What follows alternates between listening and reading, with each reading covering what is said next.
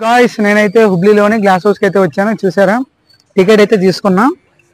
20 rupees, ఒక్కొక్కరికి 20 rupees అయితే charge చేశారు. హాయ్ నమస్తే, మరి రండి అందరూ. మీకైతే మరి హుబ్లీలోని గ్లాస్ హౌస్ అయితే చూపించబోతున్నా. మీరు చూడండి. ఇప్పుడైతే మనం ఎంట్రన్స్ నుంచి లోన్కి అయితే వచ్చాం. ఏం చెప్పలేను కానీ ఏదో కట్టారు, దాన్ని ఏమంటారో నాకు కూడా తెలియదు.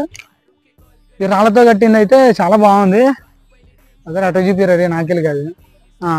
మరి ఇదైతే ఇప్పుడు పగలు కాబట్టి ఏమంతగా అట్రాక్టివ్గా లేదు, కానీ నైట్ మాత్రం వాటర్ ఫ్లో వచ్చినప్పుడు చాలా బాగుంటుంది చూడడానికి. చూడండి, ఇదే ఆ గ్లాస్ హౌస్. అదిగో చూడండి, దిస్ ఈస్ గ్లాస్ హౌస్.